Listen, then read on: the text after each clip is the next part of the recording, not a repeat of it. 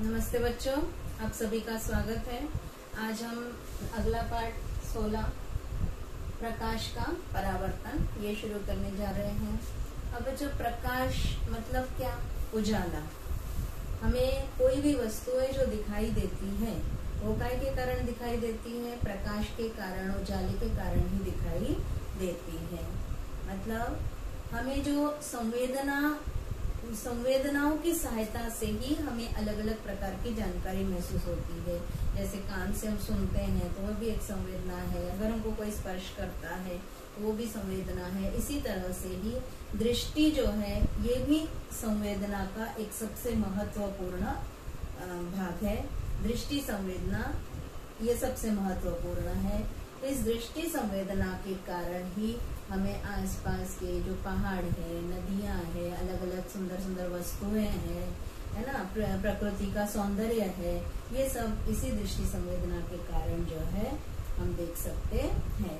आपने अनुभव किया होगा कि रात के समय अगर आप कमरे का बल्ब बंद कर देते हैं तो आपको कोई वस्तु दिखाई देती है क्या? नहीं देती है। लेकिन जैसे ही बल्ब चालू करते हैं तो वो वस्तु सारी हमको दिखाई देने लगती है। इसका अर्थ क्या हुआ कि वस्तु से आने वाली जो प्रकाश की किरणें हैं वो हमारी आंखों तक पहुंचती है, तब हमें वस्तुएं दिखाई देती है। इसका अर्थ या तो उस वस्तु से प्रकाश उत्सर्जित हो रहा होगा या फिर जो है वस्तु से प्रकाश टकराकर अर्थात परावर्तित होकर हमारी आंखों तक पहुंचता है, तब हमें वो दिखाई देती है वस्तुएं। अब हम परावर्तन मतलब क्या है, प्रकाश का परावर्तन, ये हम देखेंगे कि क्या होता है। अब किसी पृष्ठभाग पर प्रकाश की किरणें टकराती हैं और वापस लौट कर आती है और हमारी आंखों तक पहुंचती है, तभी हमें कोई वस्तु दिखाई देती है। तो किसी पृष्ठभाग पर प्रकाश की किरणें टकराती हैं और उनकी दिशा बदलती है, वो वापस लौट के जाती है, इसे ही प्रकाश का परावर्तन कहते हैं। किसी पृष्ठभाग पर प्रकाश की किरणें टकराती हैं। लेजर लाइट का आपने देखा होगा कि लेजर लाइट अगर आप कांच पे डालते हैं तो वो प्रकाश की किरणें टकराकर वापस लौटती हुई दिखाई देती हैं। तो प्रकाश की किरणें किसी पृष्ठभाग पर टकराकर वापस लौटना ही क्या कहलाता है? प्रकाश का परावर्तन कहलाता है। इसको हम एक प्रयोग द्वारा देखेंगे। अब बच्चों, प्रकाश के परावर्तन के प्रयोग के लिए हमें कौन कौन सी वस्तुएं चाहिए? एक बैटरी या टॉर्च चाहिए, एक दर्पण चाहिए, दर्पण का स्टैंड चाहिए, काला कागज, सफेद कागज, एक कंघी चाहिए और ड्राइंग बोर्ड चाहिए। ड्राइंग बोर्ड मतलब एक लकड़ी का पट्टा होता है जिसके ऊपर आसानी से पिनें गड़ सकती हैं, सॉफ्ट लकड़ी का होता है। तो ये सारी हमको साहित्य मतलब उपकरण चाहिए। अब इस प्रयोग को करने के लिए कृति क्या है? एक सफेद कागज लेंगे, टेबल पर या ड्राइंग बोर्ड पर इस कागज को कस के लगा देंगे। कंघी का मध्य भाग छोड़कर अन्य सभी भाग काले कागज से चिपका दोगे। यहाँ से और यहाँ से काला कागज लगा दिया, मध्य भाग कंघी का छोड़ दिया है, जिससे प्रकाश केवल उस मुक्त भाग से ही जा सकेगा। कंघी सफेद कागज के लंबवत पकड़ के रखना है और टॉर्च की सहायता से कंघी के खुले भाग पर प्रकाश डालना है। जहाँ काला कागज लगा दिया है तो वहां से प्रकाश जा ही नहीं सकेगा। बीच में जहाँ जगह छोड़ी है वहां से जो है कंघी के खुले भाग पर प्रकाश डालिए। तो बैटरी और कंघी इनकी सुयोग्य व्यवस्था पर करके सफेद कागज पर प्रकाश किरण प्राप्त करेंगे। यहाँ पर सफेद कागज पर प्रकाश किरण प्राप्त करेंगे। इस प्रकाश किरण के मार्ग में यहाँ पर जो है दिखाए अनुसार दर्पण रखेंगे। यहाँ पर देखिए, यहाँ पर ऐसे दर्पण रख दिया। दर्पण रखने पर क्या दिखाई देगा कि प्रकाश किरण दर्पण पर टकराने के बाद परावर्तित होती है और अन्य दिशाओं में जाती है। प्रकाश किरणें किसी भी पृष्ठभाग से टकराती है उसे आपतित किरण कहते हैं। ये जो प्रकाश की किरण आ रही है इसको क्या बोलेंगे? आपतित किरण कहते हैं, जो टकरा रही है। आपतित किरण पृष्ठभाग के जिस बिंदु पर टकराती है, ये जो बिंदु है ये आपतित किरण है, ये जिस बिंदु पर टकराएगी उस बिंदु को आपतन बिंदु कहते हैं। उस पृष्ठभाग से वापस लौटकर आने वाली जो किरण होती है उसे परावर्तित किरण कहते हैं। किसी पृष्ठभाग पर आकर टकराने वाली जो किरण होती है इसे आपतित किरण, जिस बिंदु पर वो टकराती है उसे आपतन बिंदु, टकराकर जो वापस लौटने वाली किरण होती है उसे परावर्तित किरण कहते हैं। परावर्तित किरणों की दिशा हमेशा नियमानुसार निश्चित होती है। इस नियम को प्रकाश के परावर्तन के नियम कहते हैं। अब यहाँ पर देखिए बच्चों, जो आकृति दिखाई है इसके अनुसार दर्पण की स्थिति, ये दर्पण है, PQ क्या है? ये दर्पण है। ये PQ जो है रेखा खींचना है अपनी कॉपी पर। आपतित किरण AO है और परावर्तित किरण OB है। आपने देखा कि आने वाली किरण आपतित किरण, वापस लौटने वाली किरण परावर्तित किरण होती है। तो परावर्तित किरण OB है। दर्पण की स्थिति दर्शाने वाली रेखा से 90 डिग्री का कोण बनाने वाली रेखा ON दिख रही है, ये ON, यह बिंदु O पर खींचना है। इस रेखा को अभिलंब कहते हैं। ON रेखा खींचना है, वो क्या है? अभिलंब कहलाएगी।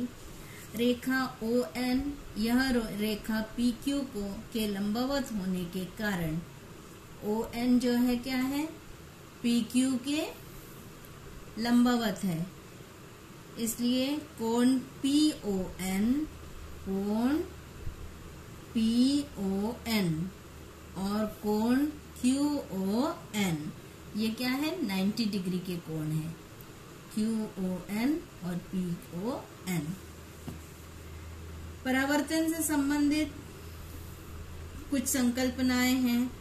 किरण AO आपतित किरण है, बिंदु O आपतन बिंदु है, किरण OB परावर्तित किरण है, रेखा ON अभिलंब है। आपतित किरण और अभिलंब के मध्य का कोण AON, ये क्या कहलाता है? आपतन कोण I कहलाता है। परावर्तित किरण और अभिलंब के बीच का कोण BON, ये परावर्तन कोण R कहलाता है। अब परावर्तन के नियम क्या है?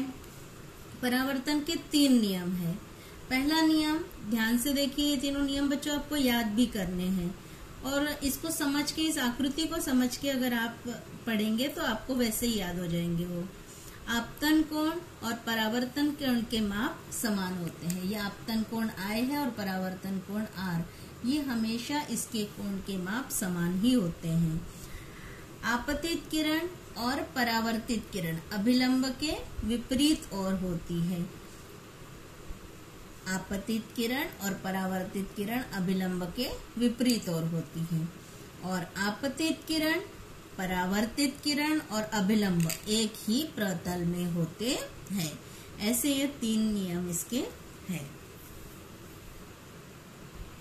बच्चों, प्रकाश के परावर्तन के नियम सिद्ध करने वाला प्रयोग है। प्रयोग करने के लिए हमको कौन कौन से उपकरणों की आवश्यकता है? ये दर्पण है, ड्राइंग बोर्ड है, ऑलपेने है, सफेद कागज है, कोण मापक, पेंसिल और पट्टी। ऐसे हमको ये वस्तुओं की जरूरत है।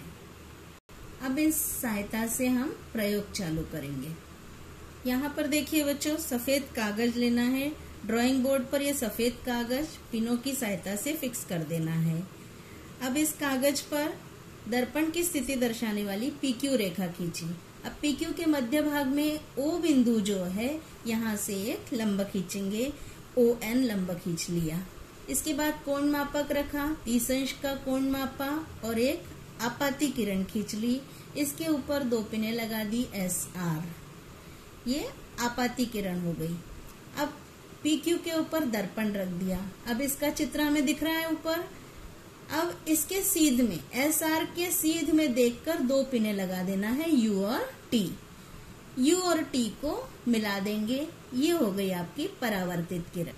यहाँ पर परावर्तन के नियमों का सत्यापन कैसे करेंगे? यहाँ पर कोण TON नाप लेंगे, TON ये कोण नाप लेंगे, और ये कोण तो 30 अंश का है ही, तो अगर TON भी 30 अंश का होगा, ये भी 30 अंश का होगा, तो क्या हुआ? आपतन कोण और परावर्तन कोण के माप समान होंगे। आपाती किरण और परावर्तित किरण अभिलंब के विपरीत ओर होगी। आपाती किरण, परावर्तित किरण और अभिलंब ये तीनों एक ही प्रतल में होंगे।